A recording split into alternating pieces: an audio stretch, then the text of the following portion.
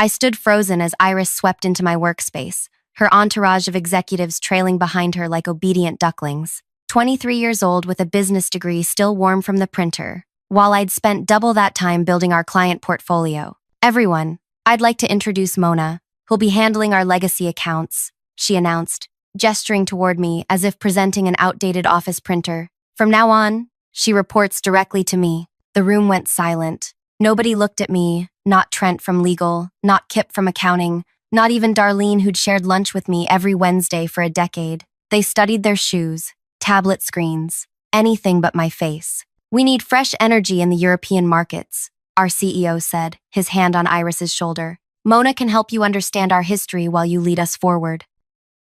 I was being turned into history while still breathing. The corner desk will be yours, Iris told me, pointing to a cramped space near the supply closet. I need this office cleared by lunch. My office. My space that had witnessed countless late nights and breakthroughs. The wall still displayed the thank you letter from our biggest client after I'd saved their campaign during a natural disaster. Understood, I replied, my voice steadier than my hands. 3 hours later, I watched maintenance workers carry my achievement plaques in a cardboard box, while Iris directed the placement of abstract art pieces on my former walls. The bulky desk goes too, she instructed them. It's positively ancient, the desk my team had gifted me after our department won Company Achievement of the Year. My new workspace had a wobbly chair and computer that wheezed when starting up.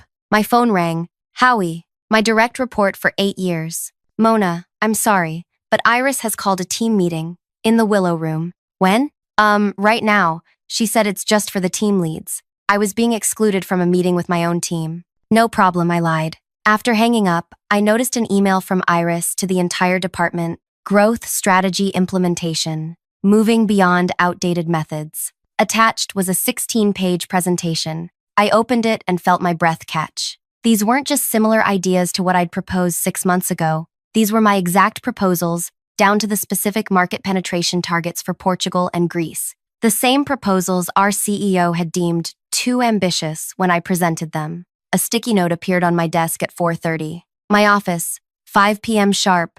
Iris. I found her leaning against my old desk, tapping away on her phone. Sit, she said without looking up. I remained standing. She finally glanced up. Your European strategy proposal was well received in the executive meeting today. You mean my European strategy? Her smile didn't waver. Your research was useful groundwork, certainly. But groundwork isn't architecture, Mona. I've modernized and elevated your basic concepts into something actionable. You copied my work, word for word in some sections. That's a serious accusation, she replied, setting her phone down. Especially from someone in your position. My position? People who've been at one company too long often grow. Territorial, change-resistant. The CEO understands this transition might be difficult for you. Is that why you excluded me from my own team meeting today? She sighed theatrically. I needed candid feedback about departmental leadership.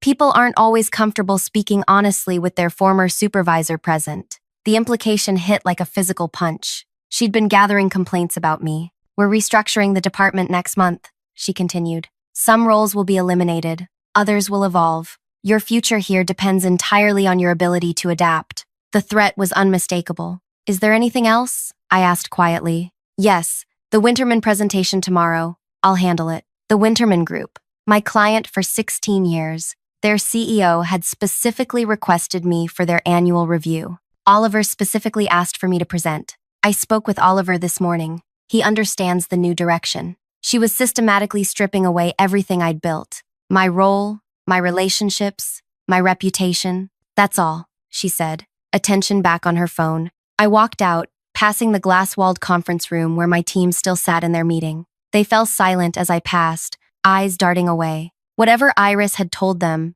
had changed something fundamental. On my cramped desk, a new email arrived from HR. Performance Improvement Plan. Confidential. A formal PIP. The first step toward termination. The document listed resistance to new leadership and territorial behavior. I'd given 2 decades to this company, postponed having children, worked through pneumonia twice, skipped my grandfather's funeral to save a key account. Now I was being pushed out by someone who'd built her entire strategy on my work. I shut down my computer, gathered my bag, and left without saying goodbye to anyone. In my car, I sat silently for 20 minutes, staring at nothing, a strange calm replacing the initial shock. They thought they were watching a woman being gradually erased. They expected tears, outbursts, a resignation letter. They had no idea who they were dealing with. That night, I didn't cry. I didn't vent to friends or family. Instead, I opened my personal laptop and began working. Not on my resume, not on a complaint to HR. On a file, a very specific file that would change everything. Wait, before I tell you what happened next, I want to thank you for starting this journey with me. If you're feeling the punch of injustice already, you might want to like this video and subscribe. Trust me, what comes next is something you won't want to miss. The quiet revenge of a woman who'd been underestimated for the last time.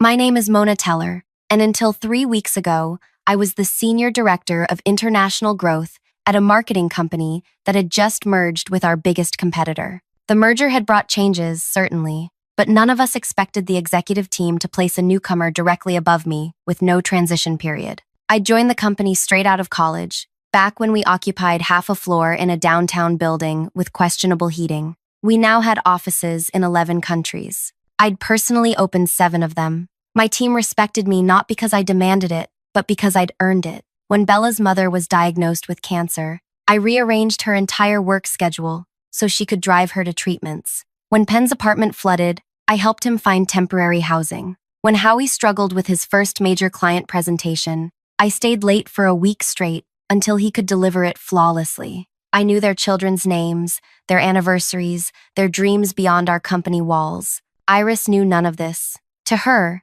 they were resources to be optimized, pieces on a chessboard to be moved according to her grand strategy. During her second week, she called Howie into her office. He emerged an hour later, avoiding eye contact with me. The next day, he presented his new approach to our Nordic markets at the department meeting, an approach I'd been privately mentoring him on for months. The same pattern repeated with Bella and her digital architecture improvements. With Penn and his client retention model, one by one, my team's collaborative projects with me were being reframed as individual breakthroughs under Iris's inspiring leadership. She asked about your management style. Darlene whispered during our now awkward Wednesday lunch. If you micromanage, take credit for others' work, resist innovation. What did you say? I asked. Darlene looked down at her salad. I tried to be diplomatic, but Mona, she records everything. She had her phone on the table, recording our entire conversation. Iris wasn't just rewriting the present, she was revising the past. By week 3, my team stopped coming to me with questions. Emails went unanswered. Invitations to client calls disappeared from my calendar. I was being ghosted within my own department. The final blow came when Oliver from Winterman Group called me directly, confused about why I wouldn't be leading their account anymore. Iris explained you're taking on strategic planning instead of client-facing roles, he said. After 16 years? Without even a handover meeting? It was a sudden change, I replied carefully. Well, we specifically requested you in our contract renewal. If you're not involved, we'll need to reconsider our options. When I raised this with our CEO, he seemed distracted, preoccupied. Iris has some innovative approaches to the Winterman portfolio, he said. Give her a chance, Mona. Change can be positive. That evening, I watched through the conference room windows as Iris presented my European strategy to the executive team. My slides, my data, my conclusions, all with her name on the cover page. The executives nodded approvingly. Our CEO actually applauded at the end. I should have felt anger, but instead, a strange clarity washed over me. I'd been playing by rules that no longer applied, following a social contract that Iris had never signed. It was time to change the game entirely. I went home and pulled out my external hard drive, the one where I'd backed up every project, every email, every presentation for the past 15 years. Not for this moment specifically, but because I'd always believed in protecting institutional knowledge. What I found as I searched through those archives stunned even me. I worked through the night, gathering, connecting, analyzing. By morning, I had compiled something that made my hands tremble as I saved the file. As I drove to work, I realized Iris had made a critical mistake. She assumed my power came from my title, my office, my direct reports. She thought that by taking those away, she'd neutralized me. She hadn't realized my real power came from 2 decades of watching, listening, and remembering. from thousands of relationships built on trust rather than intimidation. From knowing exactly how our company functioned at every level, knowledge no org chart could capture. I arrived early, before the receptionist, before the cleaning crew finished. I placed a single manila folder on Iris's desk with a simple note, "For your review, historical growth, strategy outcomes." Then I left for my 8 a.m. client call, the one remaining meeting still on my calendar. When I returned at 10:30, something had clearly happened. People huddled in small groups, conversations stopping abruptly as I passed. Security guards stood outside the executive wing. Darlene hurried over to me, eyes wide. "What did you do?" "I shared some historical context," I replied. "Iris ran screaming into the CEO's office 20 minutes ago. Then security came. They're all in there now, the entire executive team." I nodded calmly and headed to my small desk. "Aren't you worried?" Darlene asked, following me.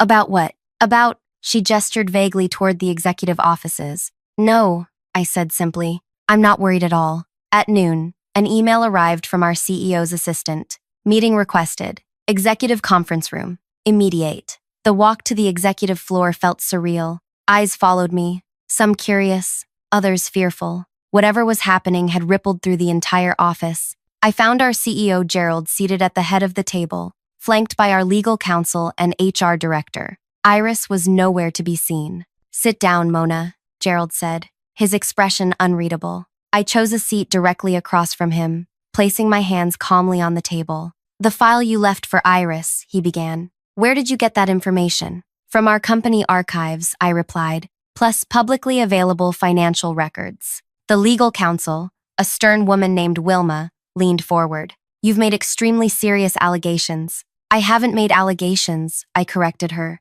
"I simply compiled data. The patterns speak for themselves." Gerald rubbed his temples. "You're claiming Iris deliberately implemented strategies at her previous company that led to their collapse, and now she's replicating those same strategies here." "The data supports that conclusion, yes." "That's absurd," Wilma interjected. "Why would anyone deliberately sabotage their own employer?" I met her gaze steadily. 3 months before her previous company declared bankruptcy, Iris received a substantial payment from an investment group that later acquired their client list for pennies on the dollar. The same investment group that now owns 30% of our company following the merger. Silence fell over the room. "You understand what you're implying," Gerald said quietly. "I'm not implying anything. I'm showing you numbers, dates, and transactions that exist on public record." The HR director cleared her throat. "Iris claims you're retaliating because of the performance improvement plan, that you fabricated this conspiracy theory." I opened my laptop.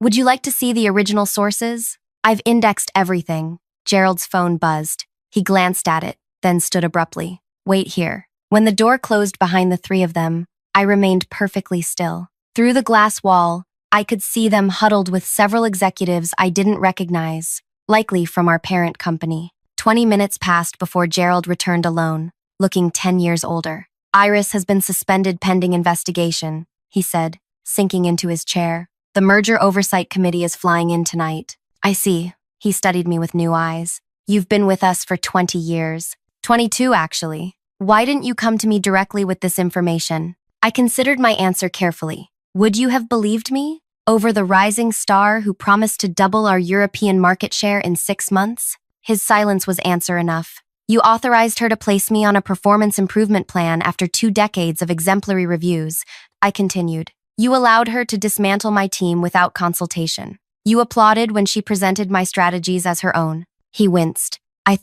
You thought she represented the future, and I was part of the past." I finished for him. "That's human nature, Gerald. We're dazzled by novelty. What do you want, Mona?" "Excuse me? To make this right, what do you want? Your old position back? Iris's job?"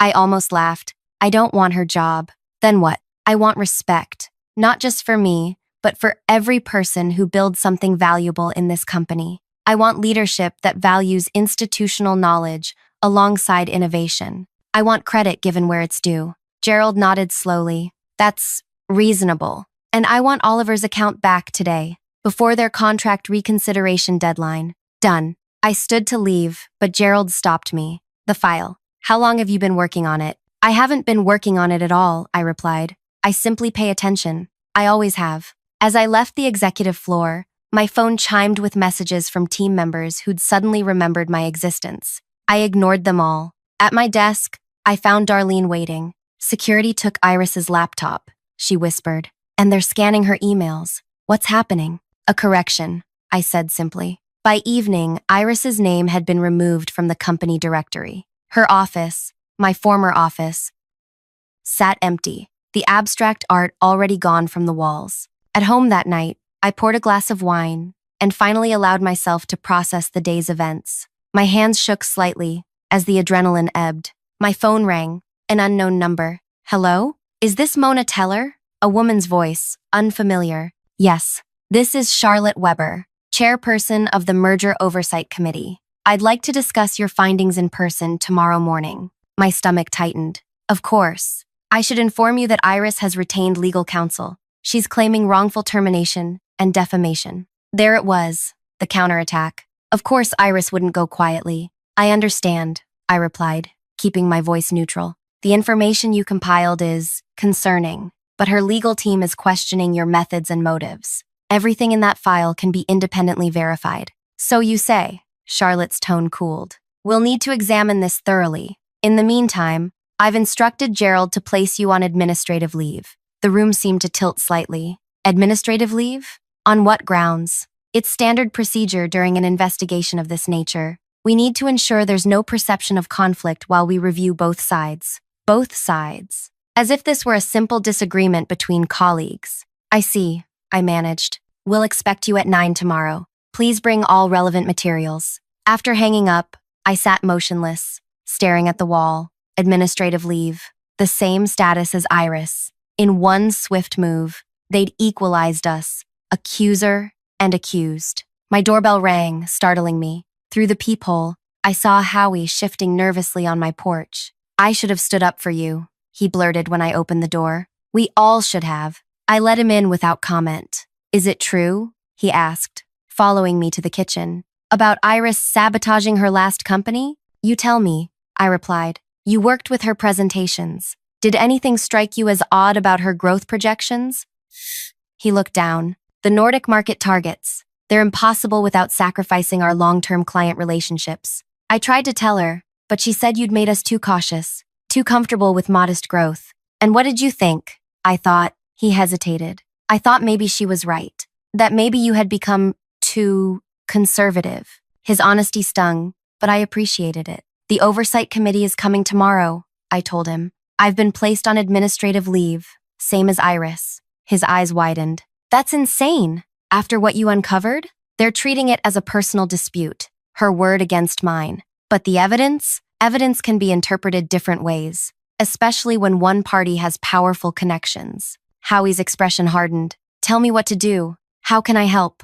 I studied him, his earnest face, his genuine distress. He'd abandoned me when Iris arrived, yes, but he'd also been the first to return. Why did you come here tonight, Howie? Because I was wrong. Because we all were. And because I've worked with you for 8 years. I know who you really are. I nodded slowly. Then that's what I need. People who know who I really am. The oversight committee meeting the next morning was held in our largest conference room. When I arrived, I found not just Charlotte Weber and the executives, but nearly 20 people, including Howie, Bella, Penn, and other team members. Charlotte, a sharp-featured woman in her 60s, began without pleasantries. Miss Teller, we've reviewed your file on Iris Palmer. Her legal representation has provided a response claiming you've misrepresented data to create a false narrative due to personal animosity. Beside her sat a polished man in an expensive suit, clearly Iris's lawyer. He smiled thinly at me. Furthermore, Charlotte continued,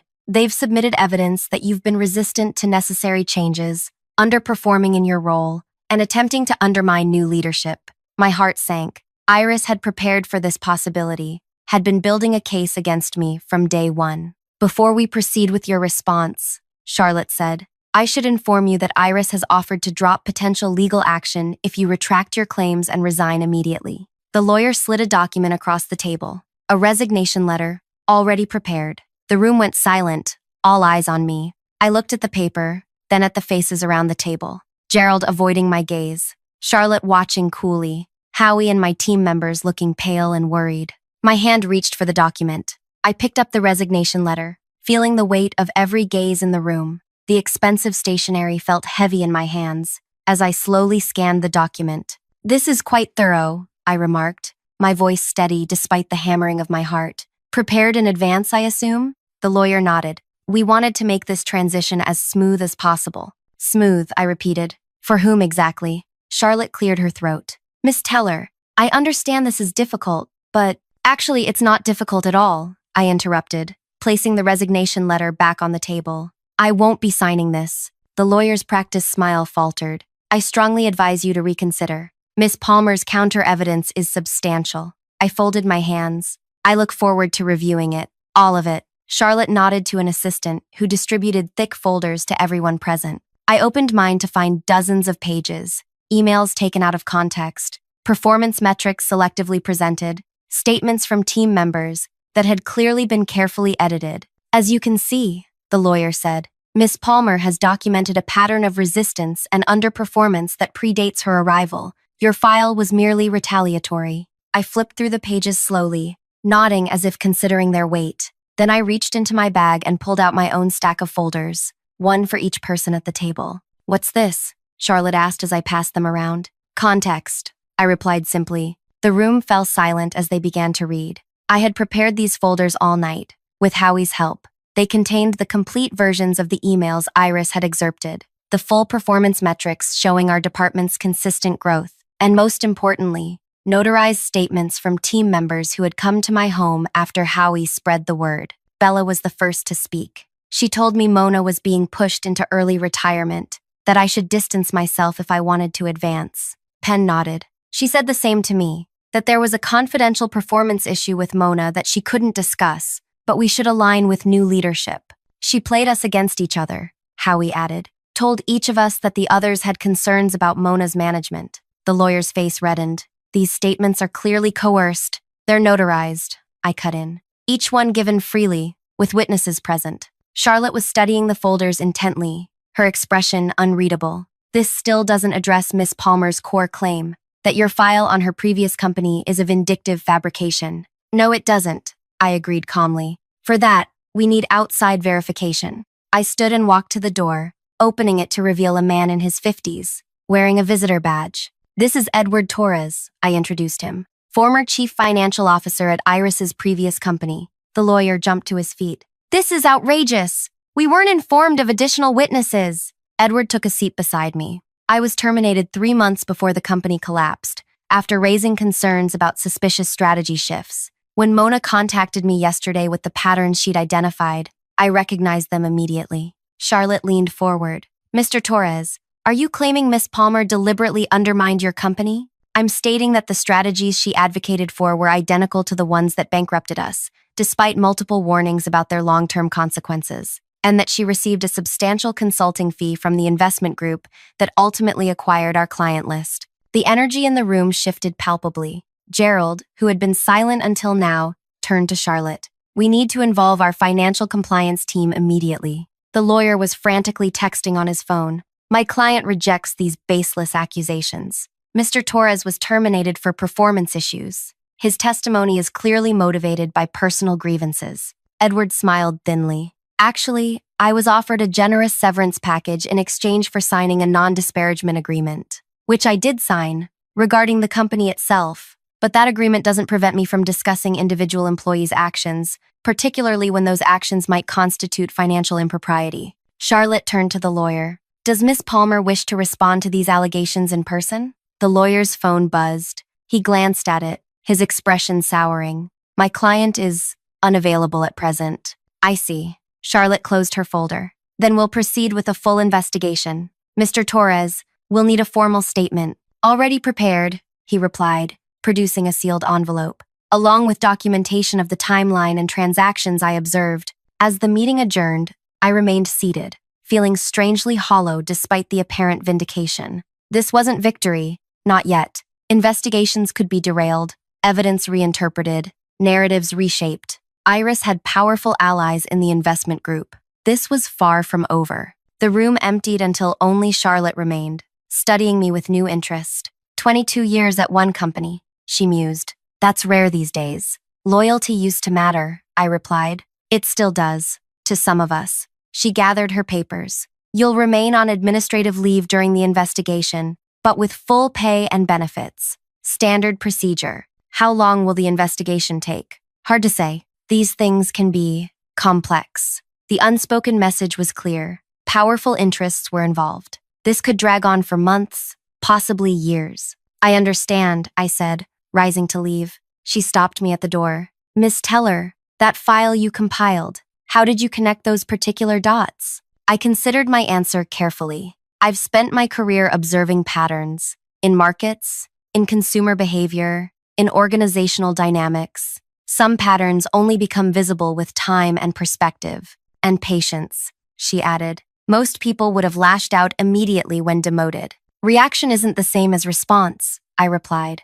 I chose to respond. 2 weeks passed. The investigation proceeded behind closed doors. I remained in limbo, neither terminated nor reinstated. My team sent regular updates. Iris had not returned, but neither had any formal announcements been made. The waiting was calculated, of course. A common corporate strategy. Delay until momentum fades, until righteous anger cools, until people simply move on. On Friday evening, as I tended to my neglected garden, my doorbell rang again. This time, it was Gerald. May I come in? He asked, looking uncomfortable on my porch. I led him to my kitchen without comment, offering coffee, which he declined. The investigation has stalled, he admitted, sitting at my counter. The investment group is applying significant pressure. I'm not surprised. They're threatening to withdraw financial support if we pursue this further. The board is concerned about stock implications. And there it was, the familiar calculus where ethics yielded to economics.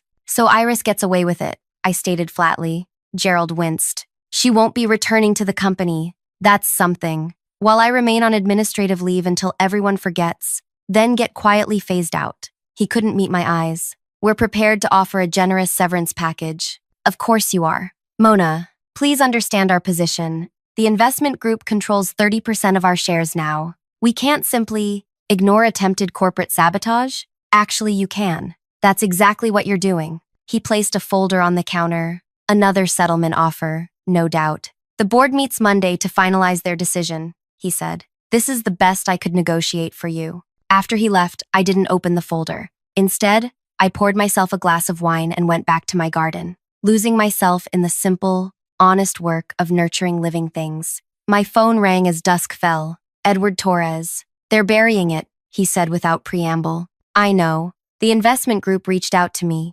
offered to refresh my recollection with a consulting contract. Are you taking it? He laughed bitterly. No, but it won't matter. They'll find someone who will. We sat in silence for a moment, two professionals watching justice slip away in real time. What will you do now? He finally asked. I looked at my garden, at the seeds I'd planted weeks ago, now pushing through the soil. I'm going to water my tomatoes, I replied, and then I'm going to finish what I started. Monday morning dawned clear and bright. Instead of staying home as instructed, I drove to the office, dressed in my most confident suit. The security guard smiled and waved me through. Evidently, no one had removed my access. The office was buzzing more than usual. People stopped talking when they saw me, eyes widening in surprise. I walked directly to the executive floor, where the board meeting would be held. Outside the boardroom, Charlotte was speaking quietly with Gerald, and several board members I recognized. Gerald spotted me first, his expression shifting from shock to alarm.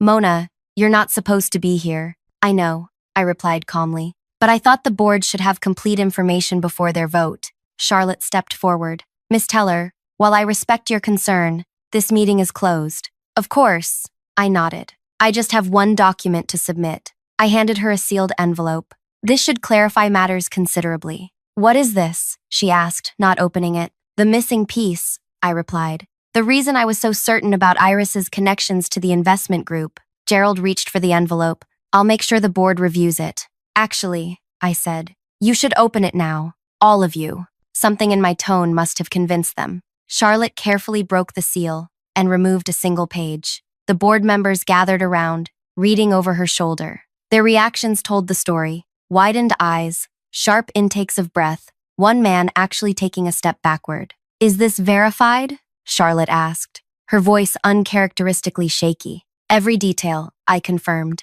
I've spent the past 2 weeks securing additional documentation. Gerald looked physically ill. Why didn't you present this initially? Because I needed to see how far certain parties would go to protect their interests. Now I know. Charlotte handed the document to an assistant. The board needs to review this immediately, in private.